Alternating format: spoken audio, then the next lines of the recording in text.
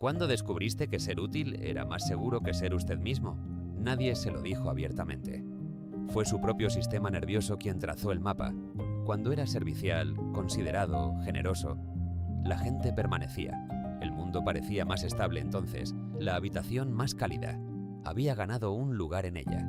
Así que siguió ayudando, en silencio, de forma automática, hasta volverse compulsivo. No solo con tareas, sino con las emociones ajenas. Aprendió a anticipar lo no dicho en una habitación, a suavizar sus palabras, a leer los silencios, a intervenir antes de que todo estallara. Aprendió a regular el mundo de los demás porque, al parecer, nadie regulaba el suyo. Si esto resuena, quédase, porque cuando ha vivido así el tiempo suficiente, algo extraño comienza a suceder. Le llaman amable, desinteresado, siempre disponible. Pero en su interior hay un cansancio que el descanso no alivia. Un duelo silencioso, una confusión. No porque ayudar esté mal, sino porque en algún punto del camino dejó de sentirse como un regalo para convertirse en un papel del que no puede salir. Esta es la parte que nadie ve. Cuán profundamente internalizada está su utilidad. Cómo ser útil dejó de ser algo que hace para convertirse en su estrategia de supervivencia en la cercanía. Es la moneda con la que compra su espacio. Es la forma en que oculta el miedo más antiguo, que sin una función no será amado. ¿Acaso ese miedo surgió de la nada? No. Quienes se convierten en ayudantes crónicos suelen ser niños que crecieron en ambientes emocionalmente impredecibles. Quizás tus padres estaban abrumados, ausentes o consumidos por su propio dolor. Tal vez nadie tuvo la capacidad de preguntarte cómo estabas. Pero sí notaban rápidamente cuando eras útil, cuando hacías su vida más fácil, cuando te mantenías pequeño, complaciente y fuerte. Te elogiaban por manejar bien las cosas, por no necesitar demasiado, por ser quien simplemente lo entiende. Pero ese tipo de elogio tiene un precio, porque cuando el amor se vuelve condicional a lo que haces por otros, dejas de desarrollar una relación con quien eres cuando no estás haciendo. Dejas de preguntarte ¿qué quiero yo? Y empiezas a preguntar ¿qué necesitan de mí? Y lo más aterrador es que funciona. Te vuelves indispensable.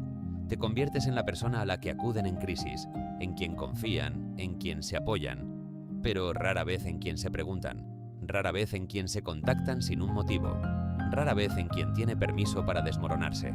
Y si ese cansancio que arrastras no es solo fatiga, sino una rabia silenciosa. No es el fuego abrasador que culpa a los demás, es más sutil. Se filtra en el suspiro que precedes a cada llamada, en el deseo oculto de que nadie te pida nada más. En esos sueños de evaporarte, no por anhelar la soledad, sino por anhelar, por una vez, no ser indispensable. Este resentimiento es una frontera que tu lengua no ha aprendido a nombrar. Es la señal de un yo al que has silenciado sistemáticamente. Pero cuando tu identidad se ha forjado en el altar de la fortaleza, de la ayuda constante, permitir que ese yo hable parece una traición. Amenaza el único papel que creías te mantenía a salvo. Así que sigues dando, incluso cuando estás exhausto, incluso cuando te fracturas por dentro, incluso cuando nadie se detiene a preguntar cómo estás. Porque la alternativa es un territorio desconocido, lleno de riesgo y de una supuesta soledad. Pero la soledad ya ha llegado, ¿no es cierto? Y no es solo la soledad de no ser visto por los demás. Es la soledad más profunda de haber dejado de verte a ti mismo, de haber olvidado cómo pedir cuidado sin cargar con la culpa, de sentirte invisible en una habitación llena de personas que dependen de tu sombra. ¿Cuándo fue la última vez que te sentiste realmente visto? No admirado, no necesitado, sino genuinamente percibido en tu fragilidad. Comienza con un vacío sutil, ese silencio interior que sigue al haber sostenido a otro. Te encuentras despierto en la quietud de la noche, no por productividad, sino por una extraña incapacidad de habitar tu propia compañía. Tus ojos escanean cada rostro buscando grietas de decepción, incluso en medio de una sonrisa. El descanso se siente como una traición. No es martirio lo que te impulsa. Es una ecuación más profunda y sombría. Ser necesario te otorga un contrato implícito, una utilidad que el amor caprichoso nunca garantiza. El amor puede retirarse. La necesidad, en cambio, te da palanca, un propósito inquebrantable, una razón para que el otro permanezca. Esta lógica no nació ayer. Sus raíces se hunden en aquel primer instante en que un adulto se suavizó solo porque solucionaste algo, o cuando la atención era un premio reservado para tus soluciones, o cuando aprendiste que tu silencio mantenía la paz. Así te forjaste, el que contiene el espacio, el que anticipa la tensión, el que afirma «estoy bien» con una sonrisa tan convincente que ahoga cualquier pregunta posterior. Y ahí reside la herida más profunda. no es que a los demás no les importes, es que te creen. Tu máscara de competencia es tan perfecta, tu minimización del dolor tan meticulosa, que incluso los más cercanos aceptan la ficción de que no cargas con nada. ¿Alguna vez has sentido que algo está roto en tu interior? ¿Por anhelar más? ¿Por esa sensación de vacío que persiste incluso cuando los demás te valoran? ¿Por desear, en lo más profundo, que alguien te ofrezca cuidado sin que tengas que ganártelo a pulso? No hay nada malo en ti. Lo que sientes es el precio de haber sido emocionalmente responsable de todos, sin que nadie te enseñara jamás que tus propias emociones también importan. Ayudar se convirtió en tu puente hacia los demás, en tu moneda de conexión. Pero ese mismo puente ahora te impide ser visto, porque conexión no es sinónimo de intimidad. Pueden amar lo que haces por ellos y seguir sin saber quién eres en realidad. Y cuando habitas ese espacio durante demasiado tiempo, surge una soledad peculiar. No es solo que nadie te ayude, es que nadie te ve. Y quizás, en silencio, esa sea la herida más profunda. Existe un momento al que llegan muchos que dan sin cesar. Un pensamiento que rara vez se pronuncia en voz alta. Suena así: si dejara de ser útil, ¿alguien me elegiría todavía? Esa pregunta no nace del orgullo, nace del dolor. De la angustiosa sospecha de que el amor en tu vida siempre ha sido transaccional. De la certeza de que si no fueras útil, no serías deseado. De la convicción de que si fueras honesto sobre lo perdido, triste o exhausto que te sientes en verdad, la gente se alejaría en silencio. ¿Y si tu mayor lealtad fuera también tu prisión? Te enseñaron una ley silenciosa: sé útil o serás invisible. Y cada vez que ahogas tu propio deseo para sostener el de otro, no estás confirmando una verdad, sino alimentando un hábito familiar. En esa familiaridad se desvanece algo primordial, la señal interna que susurra: yo también importo. Poco a poco pierdes contacto con tus anhelos, con tu voz, con tu derecho elemental a descansar, a ser cuidado, a existir, sin tener que dar nada a cambio. Cuando ese murmullo interno lleva demasiado tiempo silenciado, su resurgir te parece una traición, un acto de egoísmo insoportable. Porque al fin preguntar ¿y qué hay de mí?, despierta toda la culpa que te entrenaron para sentir ante tus propias necesidades.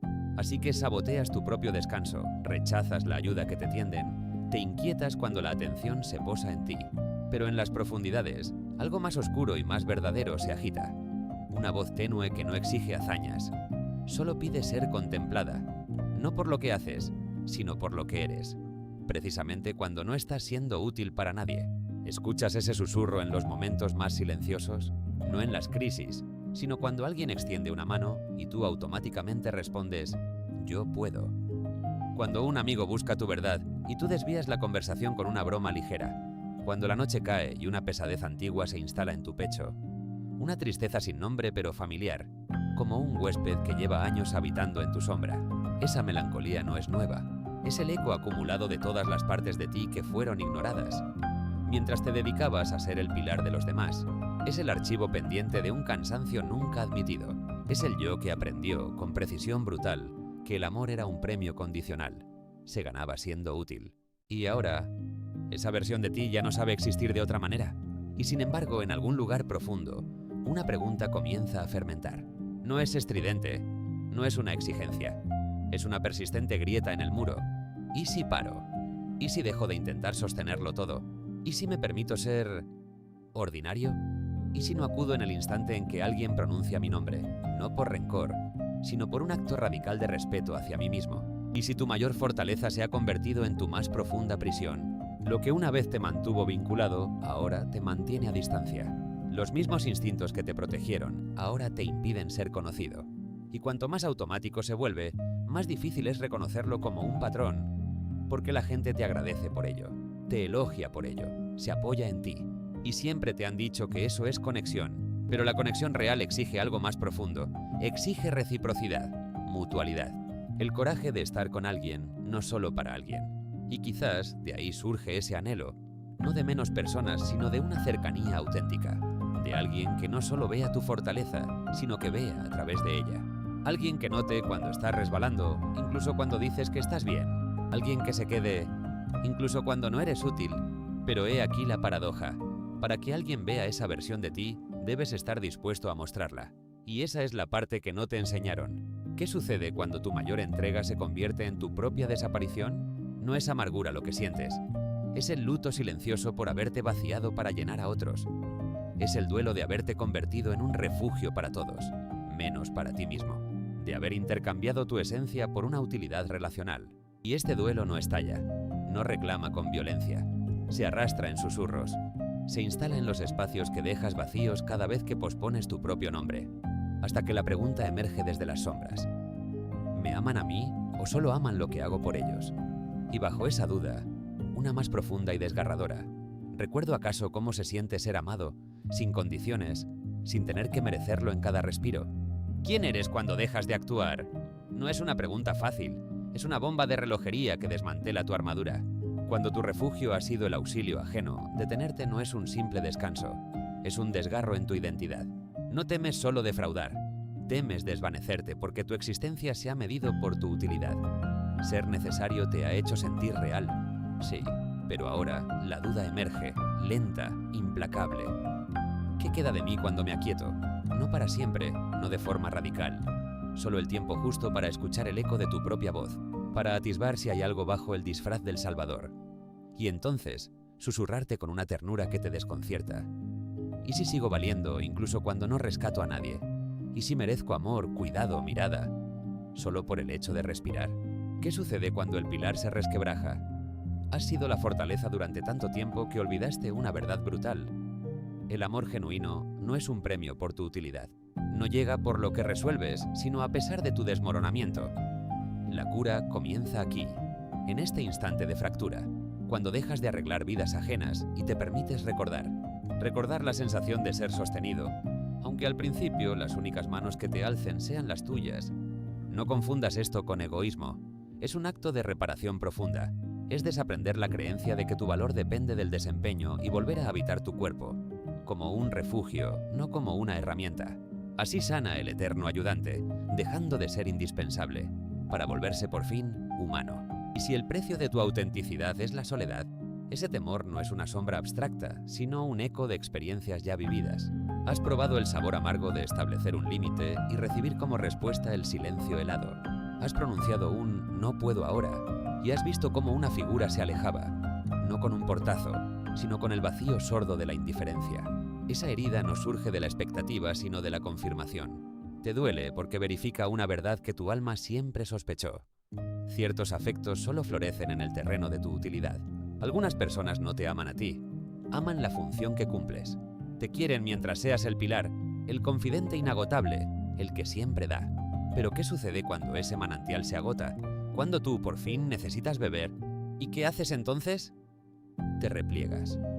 Guardas silencio. Vuelves a interpretar el papel que todos esperan. En la superficie, la calma regresa. Pero en las profundidades, la herida se abre. Porque ahora lo sabes. Ya no puedes ignorar el precio de tu propia ayuda. No puedes dejar de sentir el vacío que habita tras tu generosidad. No puedes borrar esa versión de ti que anhela algo más. No más almas que rescatar, sino un territorio propio donde ser auténtico. Y esa parte de ti ya no dormirá. No volverá a adormecerse. Quizá susurre aún, quizá espere. Pero ahora observa, con una lucidez despiadada, cómo te tratas a ti mismo. Y te pregunta, con una voz baja e imperturbable, si nadie te necesitara, ¿quién te atreverías a ser? En Así Iranins,